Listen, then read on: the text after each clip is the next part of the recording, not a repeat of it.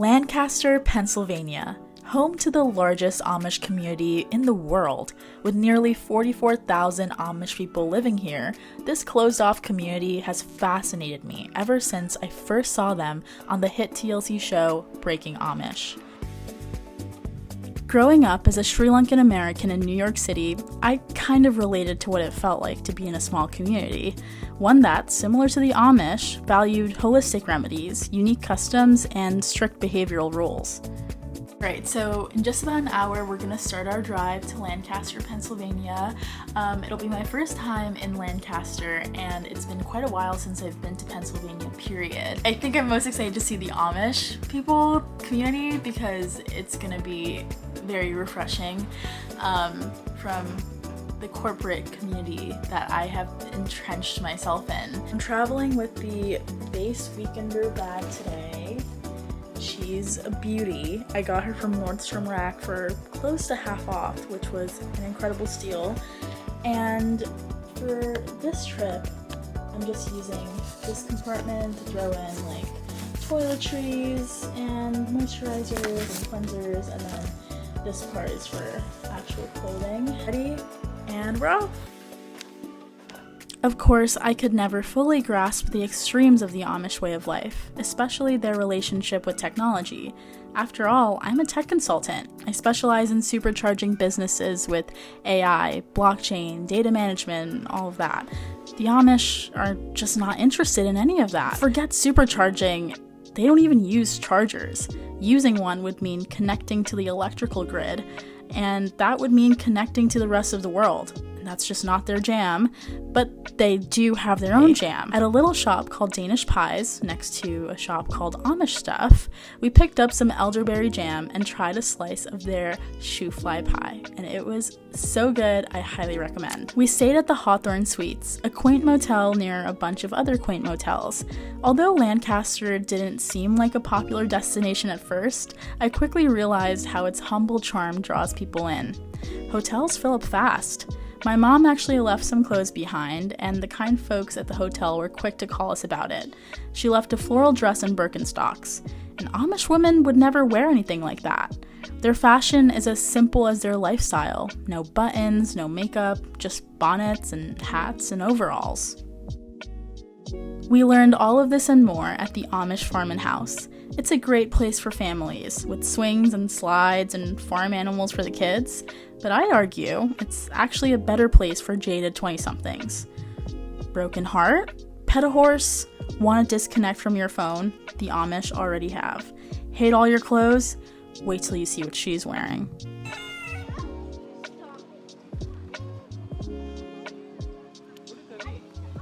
What struck me most were the parallels between my mom's upbringing and the Amish lifestyle. My mom grew up in a small village in Sri Lanka as a farmer's daughter. Like the Amish, she was surrounded by lush fields and farm animals. She drew water from a well. She cooked organic, fresh food without modern-day appliances. She sewed her own clothes, and she came from a large family. But I grew up in a cramped apartment from Queens, far removed from that simple life. But I felt like I could still relate to the cultural pressures that the Amish face. For example, their rigid traditions, gendered labor, expectations of chastity in marriage, and limited contact with the outside world, or the English as they call it, reminded me of a very, very, very extreme version of my own upbringing.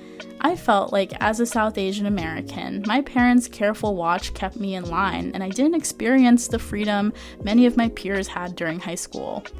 That taste of freedom didn't come until my freshman year of college, my first time away from home. This is what I imagine Amish teens feel during Rumspringa, their period of running around. While my version of rebellion involved the occasional late-night party, theirs must have felt like freedom on steroids. Maybe it's their disconnectedness from technology that allows them to connect more deeply with each other, while the rest of us are glued to our smartphones, scrolling through memes and obsessing over microtrends. The Amish live unburdened by the constant stream of information and expectations. I admire that simplicity, even though I know I'll never actually do it. Editing vlogs and posting online is part of who I am, no matter how appealing an escape from the digital matrix might seem.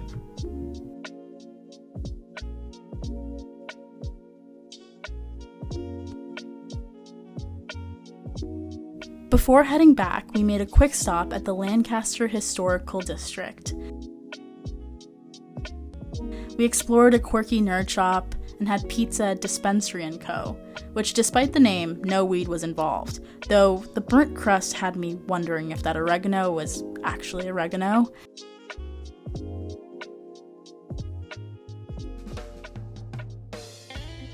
We passed the Fulton Theater, grabbed some coffee on Gallery Row, and treated ourselves to crepes at Rachel's Creperie and Cafe.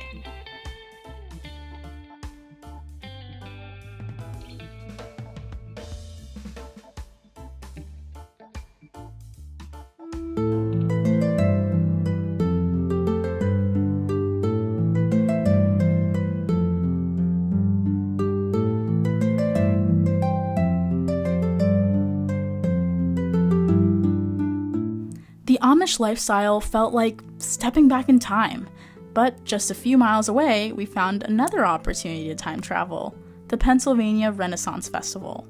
It's a medieval lover's dream. Turkey legs, jousting, theater.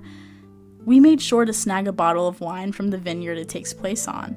The fair had its own diamond district, and I treated myself to a $25 stainless steel ring. The performances were a highlight, especially a medieval rendition of a Backstreet Boys classic, an impressive glass-blowing show, and a fiery acrobat.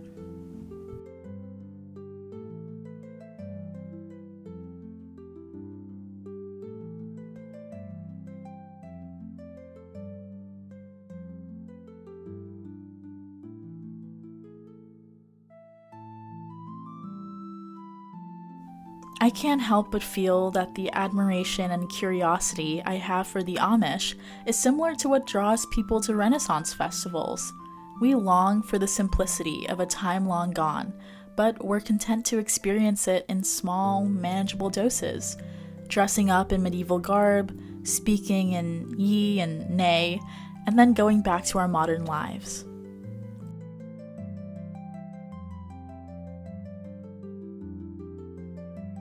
It's easier to romanticize a bygone era when you're just visiting for a day, whether at the Renaissance Festival or by marveling at the Amish way of life. We admire the simplicity, but for most of us, it's a temporary escape. The Amish, however, live that simplicity every day, offering a glimpse into a life that feels both foreign and fascinating. As we step back into our modern world, we can carry some of that wonder with us, even just in spirit. If you're curious to explore even more, whether it's insights into different cultures, tackling big challenges, or navigating the twists and turns of everyday life, be sure to subscribe.